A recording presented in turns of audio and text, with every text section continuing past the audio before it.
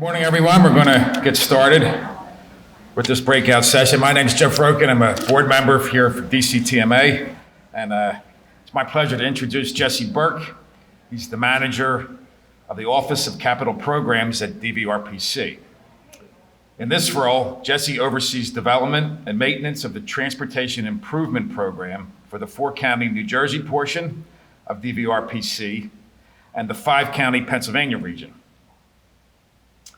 With a varied background, including congestion management, project development and coordination, and equity analysis, Jesse seeks to align performance-based planning and programming analysis with local and regional planning goals.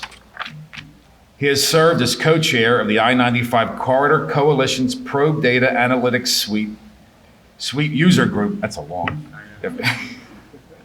for the past decade, while also working closely with PennDOT District 6 to provide planning assistance for the multi-billion-dollar reconstruction of I-95 through Philadelphia. So let's hear it for Jesse Buerk, DVRPC. Thank you. Thanks, everybody. Good morning. Thanks for having me here today. So today I'm here to talk about a program that I've been working on for a number of years. It's been really kind of fun and gratifying to work on because a lot has gotten done, as we'll see towards the end of this presentation, in a short amount of time. So this program over the years has been referred to as the bike-friendly resurfacing program, and we're actually this year transitioning it to be the complete streets resurfacing program. So it's we're trying to take on a little bit more with this and do some more things than we have in the past, and I'll get into that a little bit as we go through this presentation.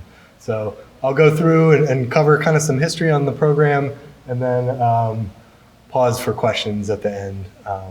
So first, I just want to kind of cover some of the partners that we've worked with this program, because I think that's been a big reason why it's been so successful. It's really great collaboration. Also, this is one of those things that's really benefited from a number of tools and processes just kind of coming together at the right time. So I'll touch on some of those tools that have made all of this possible. And then I'll talk a little bit about this evolution from bike-friendly to complete streets, and what does that mean? What are we looking to do there? And finally, talk about some of the completed projects, because that's, again, one of the really exciting things here, that we've actually got a lot to show for this in just a few years, which is not always the case when it comes to transportation planning and improvements. So first of all, the partners. This is really a great partnership between DVRPC, PennDOT, District 6 staff, as well as our suburban counties. So we do have kind of a similar program in Philadelphia, but as you can imagine, it's also very different in Philadelphia. So I'm really going to focus on the suburban counties here. So Bucks, Chester, Delaware, Montgomery counties have all worked really closely with us on this program.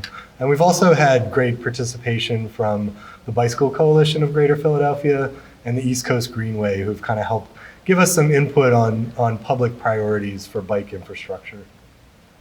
So really what this is all about is, going after the low-hanging fruit. So trying to take advantage of restriping opportunities that arise as part of regularly scheduled maintenance activities. So what I mean by that is regular resurfacing projects. So every year PennDOT is out there doing resurfacing work, and there's actually quite a bit that can be done just with paint.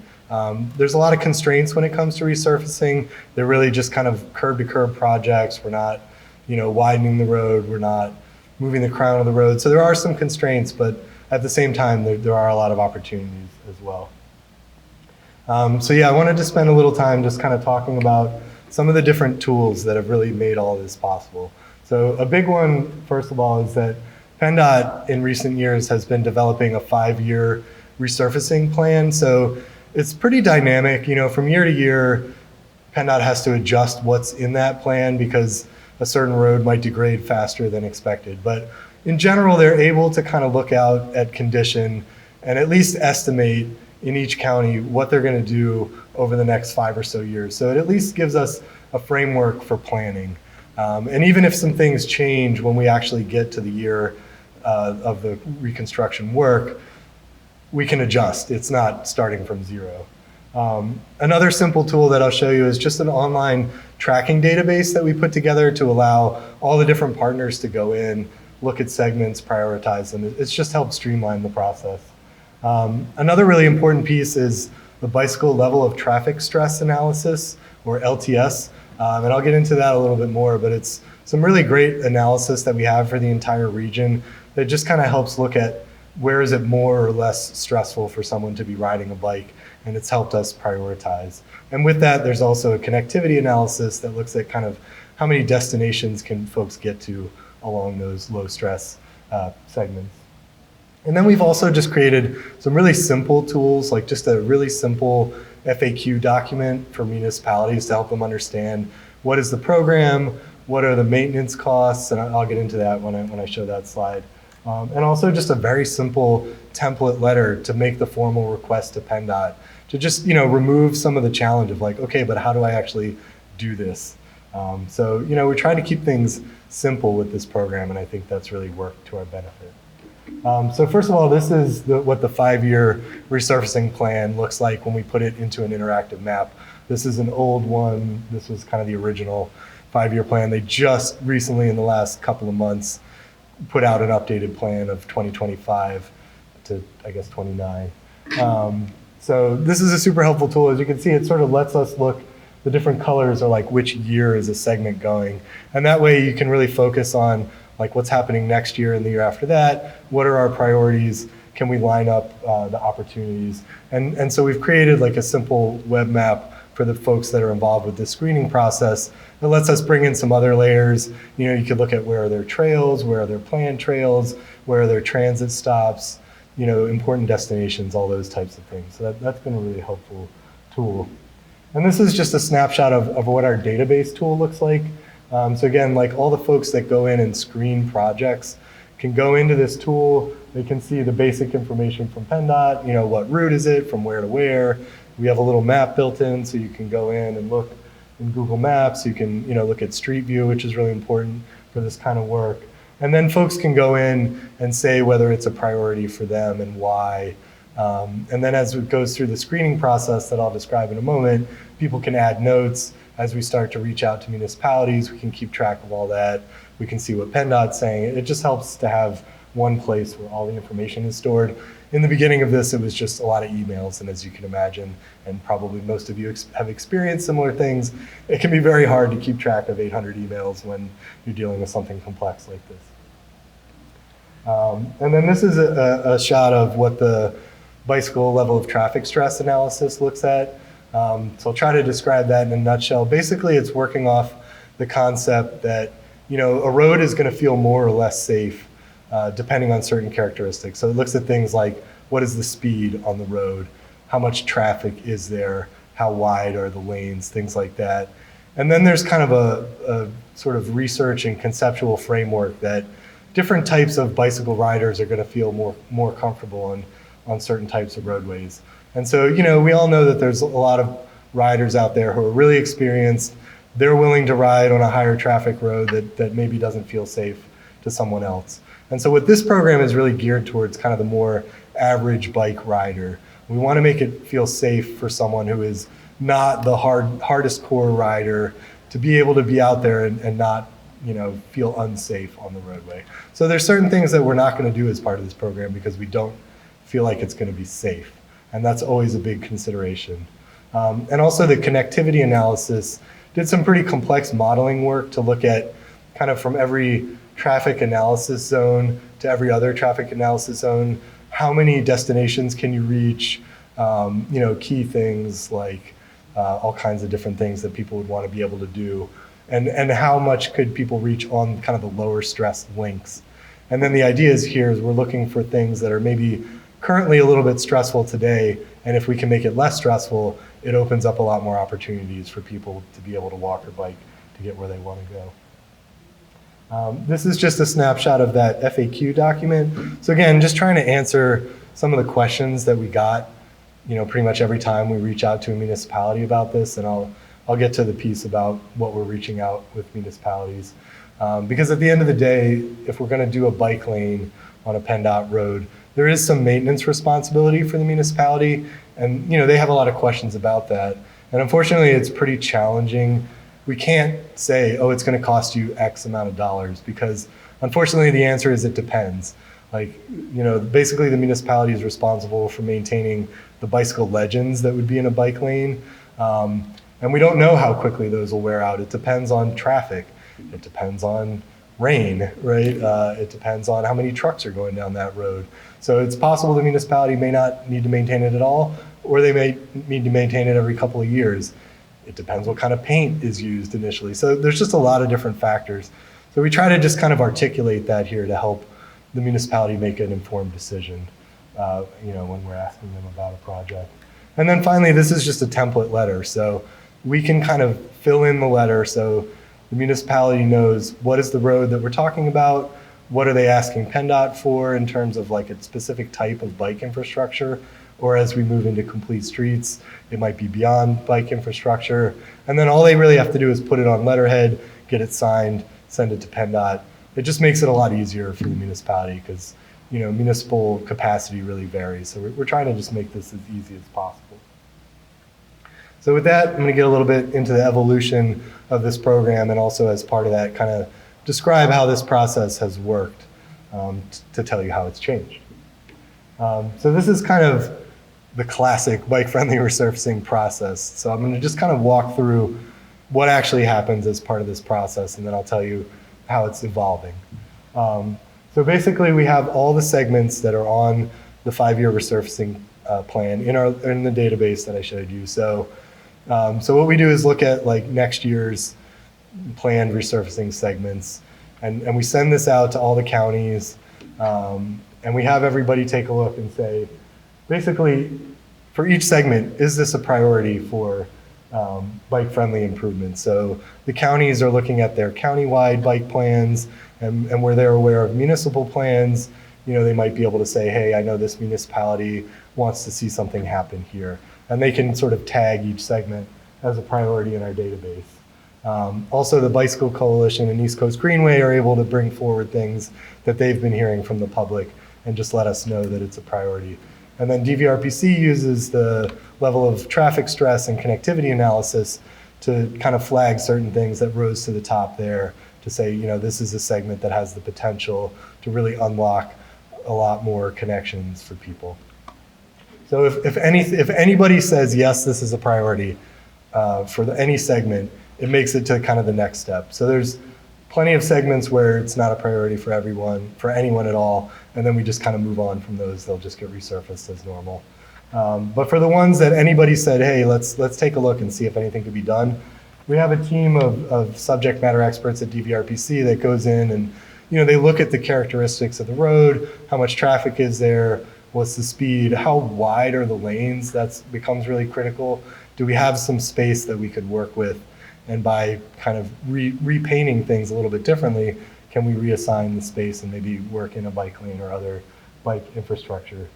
And so our screeners go in, they make an assessment. Sometimes they say, it's not going to be possible to do anything here, or they figure out we could do this type of treatment from here to here, and then we might have to do something else, those types of things. If it makes it through that stage, then we have PennDOT's engineers, and they have a consultant contract helping with this. They'll take a look, make sure that we're right about what we think we're seeing. Usually they're pretty closely aligned. Sometimes PennDOT has a little more data or just experience to say, we don't quite have enough room to make it work here, or there's some factor that we weren't aware of. And then, we'll try to work it out. And over the years, I think what we've seen too is that there's a lot of back and forth and dialogue here. And I think PennDOT has become a lot more flexible in terms of, the perfect bike lane may not work, but what else could we do? How can we make something work to improve safety overall? And so then if PennDOT agrees that something is feasible and we can do it safely, then we move on to municipal outreach, because again, at the end of the day, the municipality has to agree to maintain the bicycle legends in between resurfacings. And again, we can't really say how much that's going to cost, unfortunately. I don't think it's a lot in any case, but it's going to vary by how long is the segment. Is it 1 mile? Is it 5 miles? What type of treatment is it? All the factors I mentioned earlier. Sometimes we have some back and forth with the municipality. Over the years, we've learned sometimes it's helpful that the municipality might want to see kind of a sketch of what this might look like, so we can do that. We can do some additional analysis that I'll get to in a later slide. But assuming that they are on board and they submit a request to PennDOT, then we actually have some funding on the Transportation Improvement Program that will fund the design. So there's no cost at all to the municipality to have the infrastructure installed. So PennDOT will do the design and get all the approvals they need to do. They'll work with the maintenance folks that are going to go out and do the resurfacing and get it all implemented. And so when the resurfacing happens and the new paint goes down, the new markings will go down, bless you. They'll also put out some new signage, bicycle signage. And we've tried to kind of minimize that over the years because, again, it's a cost to municipalities and it can be sign clutter. So they try to be pretty thoughtful about what that looks like. But at the end of the day, it's pretty exciting that it can happen pretty quickly because these resurfacing projects are every year. And it can cost nothing to the municipality to get it installed, which is pretty great. So, why mess with a good thing? We have a really good process here. It's been very successful, as I'll show you in a minute. But I think over the years, we've seen that this was kind of the natural evolution that we eventually wanted to take. Because as you're looking at these kind of corridors and segments, it's hard not to see some of the other opportunities. Like, ooh, wouldn't it be great if we had a crosswalk here where we don't currently? Or could we make this crosswalk better? Or all kinds of other issues that might come up as you're looking at these corridors. So we knew there were other opportunities and we wanted to be able to take advantage of them. And we also, as we started to think about those things, there's other partners that really should be involved in this process. And so now we're trying to pull in a couple of additional partners, including SEPTA, to just have kind of a more comprehensive look at everything that's going on. We also have some new data sets that I'll touch on that are really critical in helping us identify some other opportunities, things like road diets. And then another thing, every time we were doing this, sometimes we would find segments where this would be a great connection, but we just can't do it safely as a resurfacing project. And so we kind of have to move on from the resurfacing piece, but we didn't want to lose track of those opportunities because there might be another way to get it done. Maybe there's another type of project that could come make that connection. And so we wanted to kind of formalize a process to not just lose those opportunities, to be able to keep track of them and try to figure out, okay, how can we get a different type of project in here to take advantage of those opportunities? So this is what kind of the new Complete Streets resurfacing process looks like. So it's basically the same as this prior slide here, with a couple of small differences that I'll touch on here. So really the key places where it's changing is at the top in the candidate screening. So we're kind of asking a much more broad question now instead of just, what bike treatments could we look at? Is this facility a priority for reconfiguration or space reallocation in general? And I'll get into a couple other things that we're looking at now when it comes to that. So, once everybody all the partners assess whether there's a priority to look at there, it would go through the same kind of initial feasibility screening and the same PennDOT engineering feasibility screening, including some additional coordination with PennDOT that I'll touch on. And then the stakeholder coordination is probably going to be a little more complex because in some cases, and again, I'll get a little more into this, there may need to be a little bit of back and forth as we kind of figure out potential trade-offs, different ways we could approach something, and there may need to be a little back and forth with the municipality. But we also don't want to go to a municipality and say, hey, we think there's this opportunity, and then we talk to SEPTA and they say, no, we really can't do that. And then we have to go back to the municipality and say, just kidding, we can't do that. So, we kind of want to have all of our ducks in a row before we start the municipal outreach, because again, municipalities all have a lot going on. We want to use their time wisely. But we also want to have an opportunity to bring them into the discussions at the right time to make sure what we're all talking about works for the municipal folks as well. And so as part of that, especially when we look at things like road diets, we might sometimes be able to do some additional analysis, looking at a capacity analysis to make sure, hey, if we implement this road diet, it's not going to cause crippling congestion throughout this corridor. And we can do some data analysis to help show that. And sometimes there might be some additional little tweaks, like maybe if we change the signal timing, everything works great, and maybe that should be done anyway. So that's a nice benefit of that. And then again, if it makes it through all those steps, PennDOT can design it and implement it with some caveats that I'll get into there. So getting a little deeper into the candidate screening piece, again, we're not just looking at bike facilities now, we're looking more generally It's pretty similar for the kind of what the counties are looking at. They're still really looking at their county plans and what they're aware of from municipal plans. And again, the Bicycle Coalition and East Coast Greenway are telling us what they're hearing from the public. But we're also now bringing SEPTA in, which I think is a great addition to look at things like, is there any conflict with transit? Like if we put a bike lane in, is there a bus stop that's where a bus is going to be driving through the bike lane or blocking the bike lane all the time? Is there something we could do there? So, bringing SEPTA into that conversation. We also have some really great new road diet analysis. So we did like a regional analysis looking for opportunities where there's maybe just more capacity on the road than there needs to be today. There's some places where just things have changed over time and there's just too much road capacity out there and maybe we could reconfigure things. So we can kind of work from that set. And then we're also in the process of developing a regional Vision Zero plan. And part of that is a high injury network. So it looks at places where we know there have been a history of crashes and injuries and fatalities. So once that's ready, we can bring that into this process as well to see if we're having resurfacing in one of those locations, can we do something to address that safety issue? We're also working on a regional truck network to understand where freight movement is really important. I think as we all know, there's been just so much warehouse development. Things are changing really rapidly. Deliveries are really different than they used to be. So sometimes it could be really helpful to set aside some space where trucks can do what they need to do and where it's not creating unsafe conflicts with bicyclists or with buses and things like that.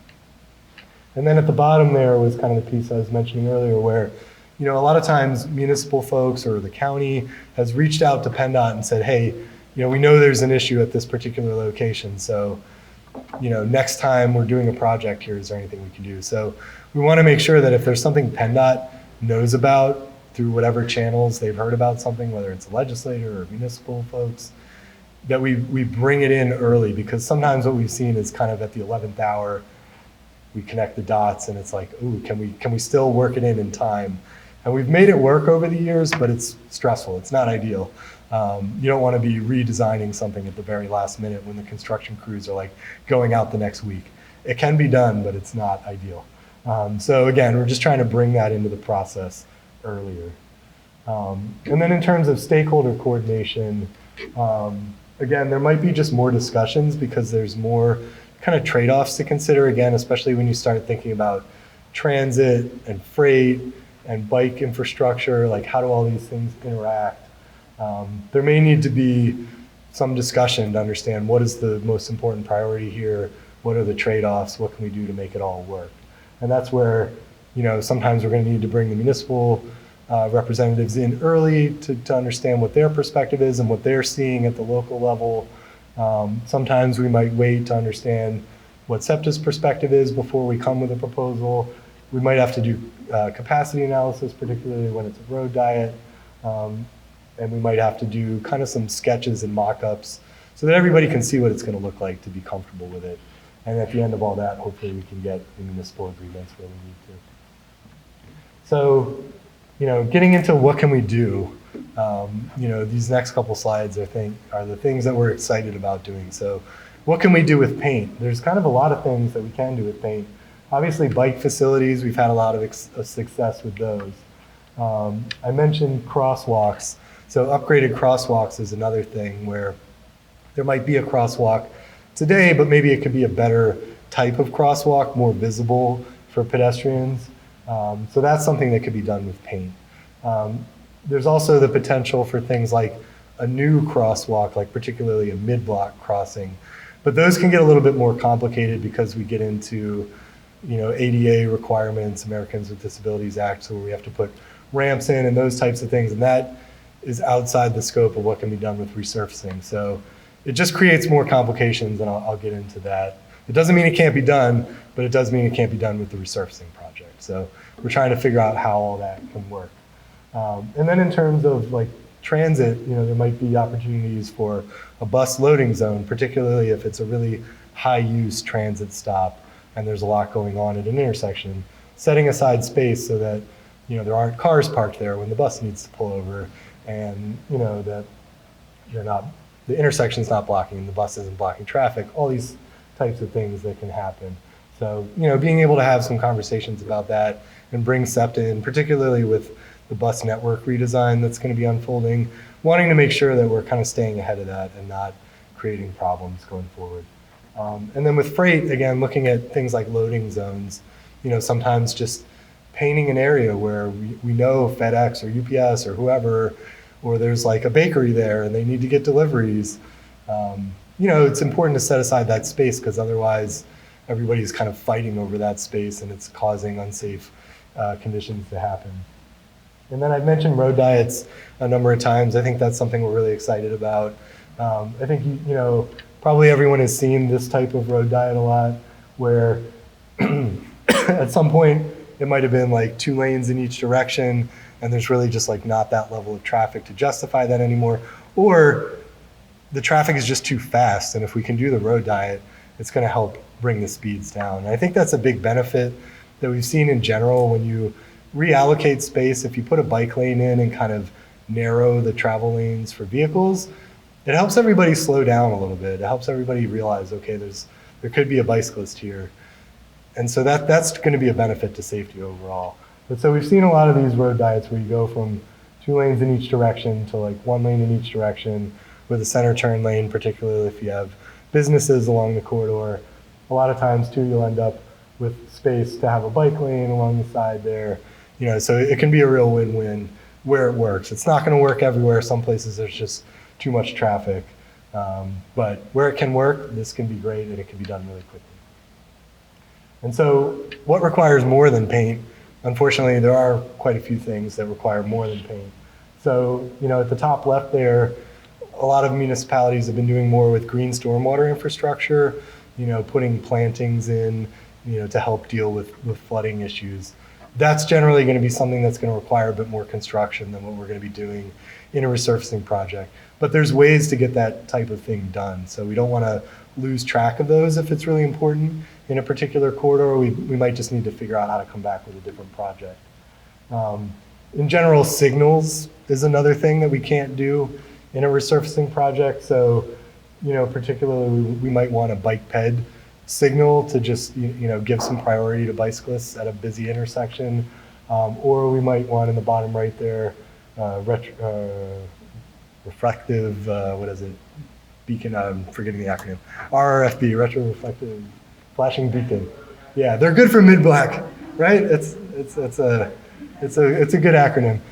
Basically, those are really good for mid-block crossings where you can really draw attention to the fact that there's going to be a pedestrian here. The sign will light up and flash. Make sure that motorists know, hey, slow down, there is a crossing here. But again, especially if that's going to be a new crossing, it's just not something we can do as part of a resurfacing project. A lot of times too, we see that like if we had an extra foot, we could do a full bike lane or a protected bike lane, but we don't have that extra foot. And again, the resurfacing project it can't move the curbs. It's just not part of the scope of what those can do. But again, there's ways to do that. So if we know that there's a really critical connection, and if we had that extra foot, we could do it and a lot more. We want to keep track of that and figure out, okay, how can we get that done? And then I mentioned ADA ramps.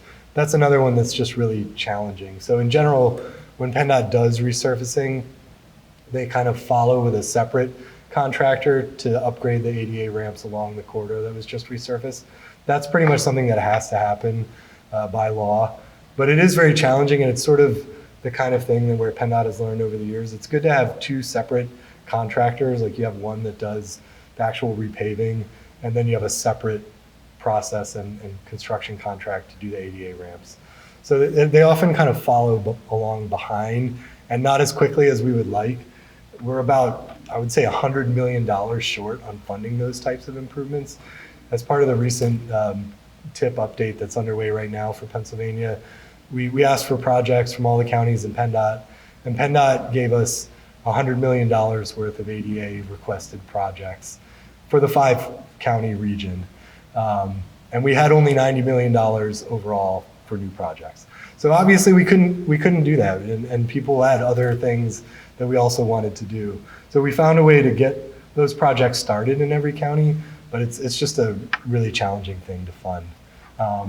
But kind of the main thing that I think this slide is referring to is like the mid-block crossing situation. So if we want to create a new mid-block crossing and we don't have any ADA ramps currently, it becomes a construction project. That's just something that we can't do with resurfacing. So again, it's not to say we can't do it, it's just to say we have to find a different way. So that leads us to these alternative funding buckets. And again, this was something we were seeing from the very beginning of this program. There's great opportunities, but we just can't do it through resurfacing. How do we keep track? So now what we're starting to see is that there might be some projects where everything we want to do would be outside of what a resurfacing project could do. Okay, fine, if that's the case, we keep track of the idea and then we have some discussions about what are other ways that we could fund that. There might be other things where we could go in with the resurfacing and do 90% of what we want to do, and then we have to come back and put those RRFBs in, or we have to come back and put the ADA ramps in with a separate project. But we could at least put the bicycle markings down, and we could maybe put new crosswalks in at least some of the locations. So figuring out what could we do with resurfacing to at least lay the foundation, and then how do we come back later and do the rest of it. And so what that's going to end up meaning is basically, DVRPC and county staff kind of keeping track of all these things.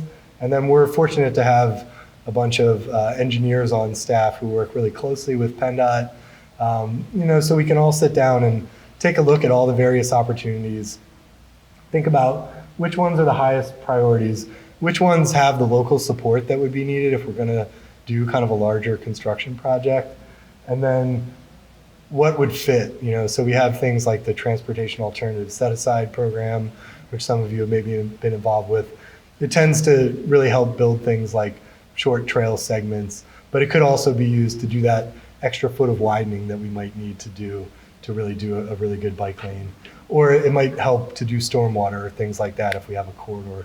But you sort of need to find a project of the right size. Like, it doesn't necessarily make sense to use federal funds on something that might only be $100,000. It's going to elevate the cost and the complexity in a way that kind of isn't worth it at the end of the day. So part of it is figuring out how do we get a project that's the right size to actually make sense, to be worth everybody's kind of time and energy. And then there might be other ways, there might be other funding that we have as part of the Transportation Improvement Program, just kind of our core federal or state funds that we get. Maybe it's something that we apply for a competitive grant. Just kind of trying to figure out what are all the opportunities and how do we, not forget the idea and keep moving to get it done. So that's really exciting. We're looking forward to seeing how that pans out over the years. But now for kind of the fun part, completed projects. So we've been doing this since, I guess, around 2019. I think that year we were really just figuring it out, but we still managed to get a lot of things done. I think the first year, it was basically like PennDOT was like, yeah, we're going to resurface some stuff in the next couple months. Is there anything we could do? And so we're all like scrambling to get it done, but a lot did get done. And so this is just kind of a map that shows all the different years. I wish we could zoom in a little because some of the segments are hard to see because sometimes it might just be a short stretch. Like obviously we try to think about, is there a logical connection? Like if it's one block and it doesn't connect to anything at all, but we could fit a bike lane, we may not do it because it doesn't actually do anything for anybody, right? So we do look at things like, is this going to connect to another bike lane? Is it going to connect to a trail or an important destination? So some of these are kind of small at this zoomed out 5-county level. And also the Philadelphia ones are not showing up on here. There are quite a few in Philadelphia, just so everyone knows. But as you can see, there's been quite a lot done in Delaware County. So kudos to Delaware County. We've gotten a lot done. A lot of the municipalities have been really on board with doing this kind of thing. You can see there's been quite a few in Montgomery County as well. Bucks and Chester tend to be a little bit harder, and parts of Delaware County are tough too, where I'm sure you can picture some of the more rural roads that are they're already very narrow. There's no shoulder now, or the shoulder's like 2 inches wide. We can't fit a bike lane there, and the traffic is pretty fast. So those types of roads are pretty tough, and that's why it's been a lot more challenging in Bucks and Chester counties. But again, we all continue to work and try to identify the opportunities we can identify. And I think now that we're looking a little more broadly, hopefully we can figure out how to do some things in those counties. These next couple of slides I think are exciting because, we tried to take a look at what type of facility are we putting in here, because there's different levels when it comes to bike improvements. And I think what we're seeing here, what this chart shows in the next one, is that most of these bike facilities have been either bike lanes, buffered bike lanes, or some kind of combination. So it's not that we're doing tons of just sharrows, because sharrows can be great in some contexts, but you're still kind of mixed in with traffic. So it's not the highest level as far as some separation and some protection. A lot of the combination projects, a lot of times what we see is we can do a bike lane for a mile, and then we hit this tricky intersection, and it's a sharrow to get through there. And then there's maybe some on-street parking, and we have to do a sharrow for another couple blocks, and the bike lane picks up. So you see a lot of just trying to figure out how to make it work for as far as we can. But overall, I think it's exciting to see that most of the treatments have been bike lanes or buffered bike lanes, or some combination of bike lane and sharrow, but not, if we had 50 miles of sharrows, I think it would be okay, that's good, but it's not as good as it could be. And this chart, I think, really drives that home too. The combination, the bike lanes and the buffered bike lanes, it's a lot of mileage. And so actually, just to go back real quick, we have 32 miles so far in just, around 5 years, and a couple of those years being still figuring things out. And I would say too, the last few years have been really tough. Like most things in transportation, the pandemic really impacted resurfacing a lot. The funding that PennDOT gets to do resurfacing projects comes from motor vehicle fuel sales. So as you can imagine, in the heart of the pandemic, those sales just, plummeted. And so the resurfacing budgets were really hurt by that. And then, it's just always really dynamic what PennDOT's trying to do as far as maintenance projects. They've had all these sinkholes recently. We actually had snow this winter, so that cost money to plow. So every year there's just different budgeting challenges. So I think we haven't seen as much resurfacing in the last couple of years as we normally would like to see. And hopefully in the next couple of years that kind of starts to stabilize and we see a lot more happening. So I think the numbers will pick up again. But 32 miles is pretty exciting. I think that's more than there was out there before this program started. So we've already really increased the number of bike facilities mileage that's out there. And here's just some nice images. And this is one that's actually here in Delaware County and Lansdowne and Yeadon. So you can see kind of what it looked like beforehand. And this one's actually a buffered bike lane. So you can see the little buffer stripe there, and then the bike legends kind of going along. It's been great. We have some nice mapping tools. A company called NearMap provides really, really accurate aerial photography. And that's actually the best way to check that these projects got done a lot of times, because it's like so many things where PennDOT puts a contract out and then the contractor has a lot of latitude of how and when they do things. So this is kind of the best way to figure out, did it get done? Is it what we all thought it would be? And so this one looks really great. There's a lot of coordination on this one, and it kind of came out of some other planning efforts that were going on. So there were already a lot of conversations with the municipalities. We knew they were on board, so it was really great to be able to figure out something that we could do. And then this was another one in Pottstown, kind of similar situation where there was already a lot of study work happening. So there was a lot of collaboration with the municipality, and they were really excited to be able to do some things on this high street corridor. And so they've actually implemented a few different projects. Each time something gets resurfaced, it might only be, however much PennDOT's doing in that cycle. And so just taking advantage each time to do what we can and gear up for the next segment as opportunities come along. But as you can see, this is another nice one where, it's a buffered bike lane. There's still on-street parking, which is important. That can often be a real sticking point with municipalities. Most times nobody wants to give up parking if it's there already. Either there's homeowners there that use it, or there's businesses that use it. So sometimes we might have a good project that we can't move forward if parking is going to stay. And that's just sometimes how it is. That's one of the trade-offs.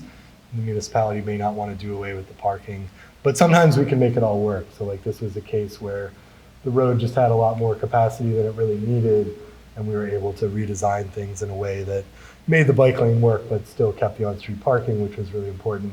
I think in this particular case, there was a center turn lane that really wasn't as important as having the bike lane and the parking. So anyway, it's just always really gratifying to see those.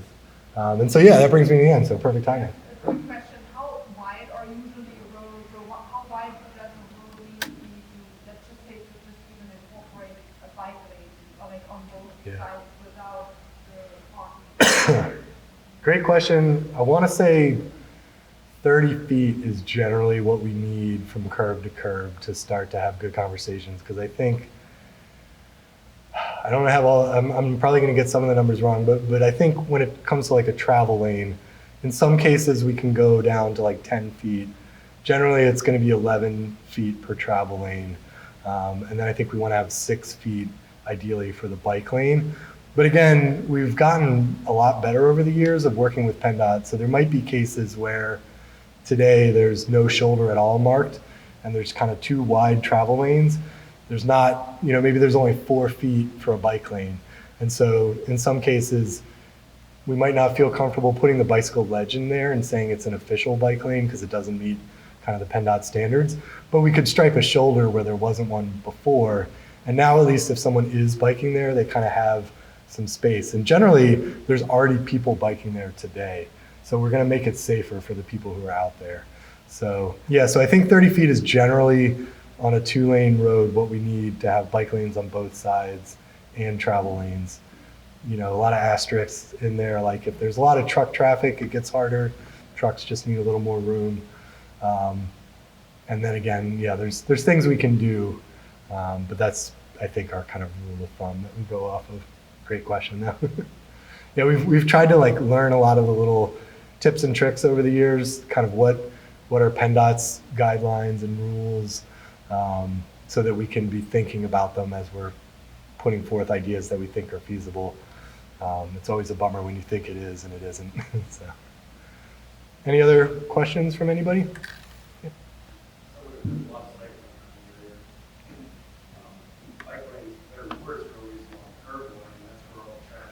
Yeah. Yeah.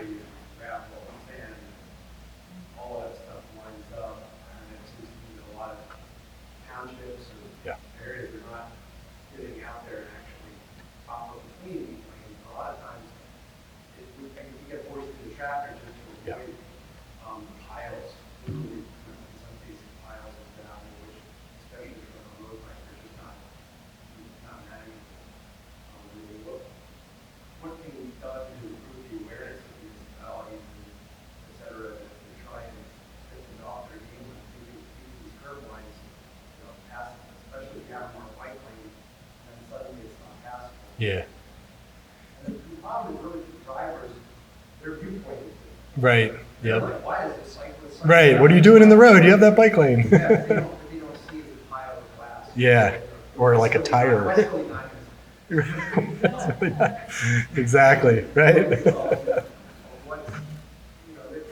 different viewpoint. I Yeah. always feel like there needs to be like Yeah. a campaign Yeah. that literally shows the difference between the awareness of a bicyclist and his shoulders. Yeah. versus a car.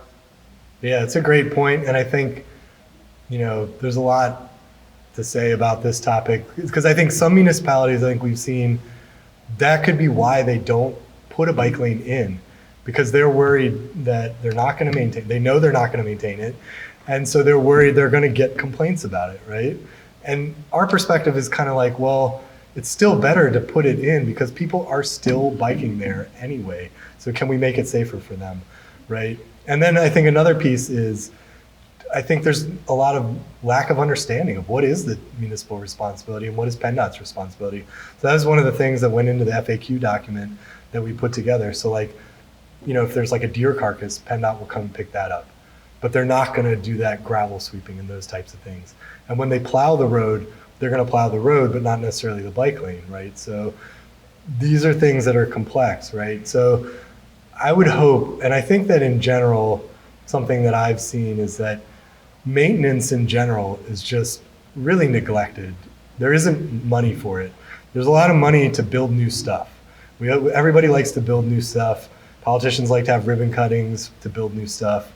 And there just isn't as much funding out there to do the basics of maintaining our infrastructure. And so, you can kind of sympathize with the municipality that doesn't honestly have the money to do it. But I think that there's ways that we could work together better. to not have every municipality pay for everything. Like every municipality has a police force. It's pretty expensive. There's things we could do there to share resources, all kinds of things like that. I think as part of the Vision Zero effort as well, I think there'll be a lot more awareness to these types of issues. And I think what you're suggesting is a great idea, just awareness campaigns. A lot of times I think drivers don't understand that you as a cyclist, you have the right to go into that travel lane. You have the right to be there, and they need to not run you over, right? And so just making everyone more aware, and I think what you said too is really interesting, like what does it look like from the bicyclist perspective, and what does it look like from the motorist perspective? If we could all just have better understanding, I think we'll start to see more of those type of outreach campaigns as part of Vision Zero, because there's infrastructure improvements we can do, but there's also just things that people could do to not drive so aggressively, to just understand what the rules of the road are, and just treat each other more respectfully when we're out there. And then I think the final thing is we can think about how can we help municipalities have the funding to do some of that kind of maintenance and understand why it's important, and not just be scared to put a bike lane in because they don't want to get sued, right? Or they're worried about not doing the maintenance. Like, let's do all the right things and then help you figure out, okay, what do we need to do to be able to maintain this? We've been talking in our region for a while about trying to have more local transportation funding, because we have a lot of federal funding and we rely on state funding as well, but we really don't generate much in the way of local transportation funding. And that's the type of thing where we could have, if we had funding that every county had access to, maybe the counties could be helping municipalities have the ability to maintain things like this. And trails as well, like, we build a lot of trails, but there's not a lot of funding out there to keep the trails up, and eventually that's going to be a problem as well. So it's a great question, and I think there's a lot of work to be done. But that's some of my thoughts on it. Any other questions? Me here?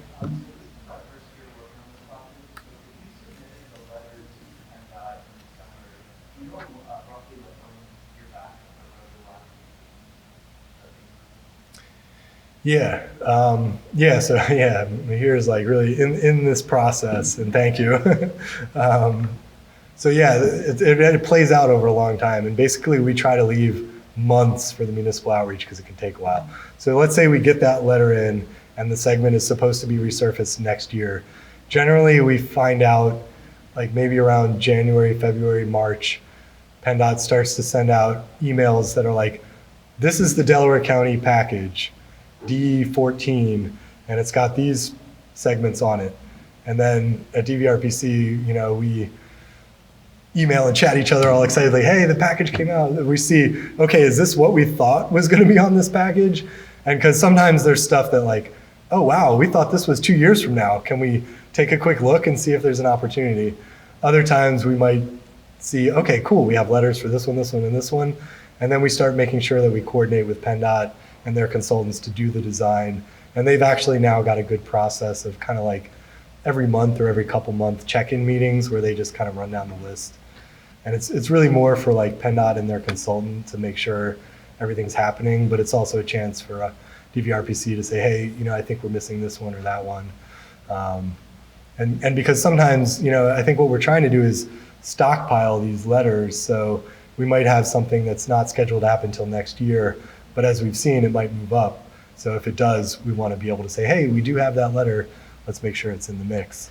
And then sometimes, not recently, but in the past, PennDOT would sometimes do a second round of resurfacing like over the summer.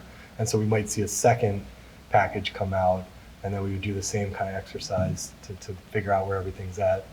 So hopefully we'll get back to that, once funding kind of stabilizes and they do a little catch up, I think. We'll certainly be coordinating with you when that happens. Anybody else? Any other questions? The one other thing I would say, going back to the question of maintenance, I think in general, and sort of like homework for everyone in this room, is helping municipalities understand that people do want to see these types of improvements, that it's really important to the folks who live in the region.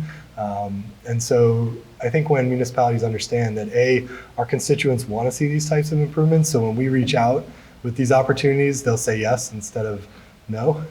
That's really helpful, and that's something where the Bicycle Coalition sometimes is helping to just make sure that a township understands that there is a constituency here. And then also to let them know that, like, hey, we are seeing some of these issues and we'd love to see you find a solution. And there's folks that can help, like DVRPC, and I think the counties, we're happy to try to work with people to figure out a solution.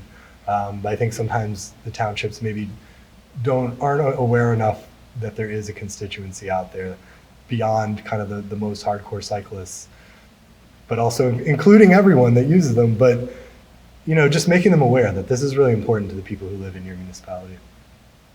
And also, regarding maintenance, if you actually look for volunteers within the township themselves, there's a lot more people that like volunteering than you do. Absolutely. That's a great point. We do actually, so what I run with Concord Township is, we have over 300 acres of open space. Mm-hmm. So our initiative to take that, the open space, is we figure invasive vines that go around trees, like one of the main culprits of tree canopy. Mm-hmm. So I went out and bought 100 hand loppers. Okay, yeah.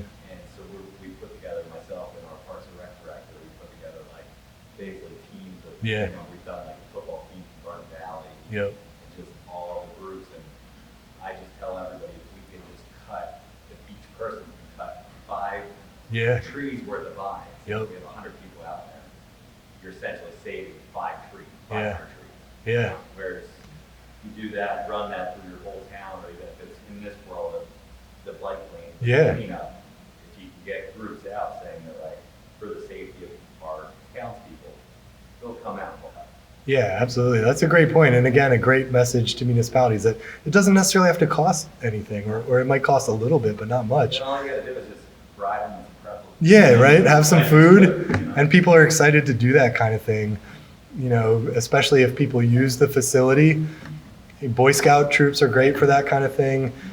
Where I live in New Jersey, we've done a lot of cleanups in our open space, and Boy Scouts have come in and done some amazing projects for like their Eagle Scout projects, and they'd be great at organizing. So yeah, a lot of times you just need to find who are the people who really care a lot in the community and would be more than happy to step up.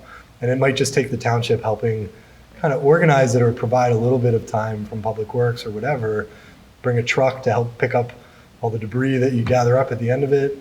But it's not a huge lift. Like, we're not talking about millions of dollars here. And then once you get that in place, it could be a regular thing, like we do. However often it needs to be done, you get people out there. So yeah, that's a really good point, and that's kind of what I'm getting at, where like, I think a lot of times the municipalities, they have so much to deal with that they might be like, hey, I don't even know where to start here. And then when they hear, oh, you know what, actually there's people that are more than willing to help us with this, it starts to feel really doable, and it happens. So yeah, exactly. Yeah, thanks for mentioning that. That's a great point. Anybody else? Any questions, comments? Thanks everybody for attending. This is an exciting program. We're looking forward to seeing how it grows and seeing, this is kind of the first year that we're doing the Complete Streets piece of it. So excited to see what kind of projects we get out of it. I'm sure we'll be back at future conferences to update. So did you have another question? Or? I noticed in all of the infrastructure design that you guys use are completely separated by the projects. And I know that a lot of places locally have bike lanes with full concrete islands. Yeah. Bikes and traffic. And I guess that's a little beyond just the surfacing. Yeah. But I do like what they've done in a lot of areas in City, where they put parking in between the cars and bikes. Yeah. That has its challenges as well. Mhm. I mean, still, it's an improvement in people a lot safer. Yeah. How does stuff like that play into it? I think you can see that. Yeah, and that is something that we've done in Philadelphia through this work. And so, yeah, so that's something that's like currently not really allowed in Pennsylvania by like, all the just sort of rules and regulations that PennDOT has to operate under. So there's kind of like a pilot program in Philadelphia that's allowing those to happen. But I think it's been really successful. So it's a good first step to say, hey, this isn't that crazy. It can work, and here's how. And so hopefully that leads to kind of Harrisburg doing what they need to do to make it just broadly allowed, because right now we really couldn't do that in the suburbs. but I think eventually we will be able to. And then I think you would see more of those types of projects. The other thing that's come up a lot is, sometimes you see kind of like just like the metal or plastic bollards that they have, and the city does that a lot as well. That's another thing where like PennDOT is not going to do that as part of a resurfacing project, and they don't love like punching holes in a freshly repaved road to put those in. So it becomes another thing, like a municipality could do that, and we can figure out ways to get that done. But a lot of times it's not going to happen because of that extra expense for the municipality. And then like when plows come through, are they going to like take them all out, and then the municipality's going to have to pay for it? So there's just like logistical challenges that we're going to have to figure out. Not to say that it can't be done, it's just that we haven't done a good job so far of helping to figure our way out through some of those issues. Yeah, do you have a question, Mike? Before that design, but I see it in Philadelphia and I also see it in Baltimore. The parking protected bike lane? Yeah, those cranks they got in the street. Oh, the bollards. Yeah. I mean, I think it's like a cheaper version of what he was describing. Like if you go to Europe, you'll see it's curb protected a lot, and the curb would be better. But I think the bollards are just like a cheaper way to do it. But they're not great because they're really easy to damage. If a car swerves into that lane, those are not going to do a whole lot to help you. So it kind of is more of like a visual cue than anything else, I would say. So in some ways, like the painted line is doing almost as much. The bollard provides a little extra like vertical thing that people might see. So yeah, I think it was just people trying to come up with a solution that was less expensive to do in the US. But I agree, they're not the best. And again, it's like Philadelphia can do it because at their size, they can purchase as many of those as they need. They have the crews to go and fix them most of the time when they get knocked over. Not all the time, it's pretty hard to keep up on. But for an average municipality, that's a lot to ask. And they don't provide the protection that you would want to see. So hopefully we'll take some lessons that other people have done in other parts of the world and start doing them here, and just get better with this stuff. And also, that we do a lot of, kind of fully separated bike lanes in our region. Like we have a lot of trails and multi-use trails. And in some places, that's always the best option, where certain roads are just not going to be safe unless you put like a Jersey barrier up to protect cars from hitting cyclists. So in some places, it's just better to have a separate trail infrastructure, which is challenging to do. So that's where we end up with like more of a capital construction project. But again, we're trying to do the best we can in every situation. And sometimes I think putting a bike lane in now, it sets the stage and it sort of says, hey, there is a lot of desire for other modes besides cars. And then eventually you can work your way up to the better and better kind of levels of protection for cyclists.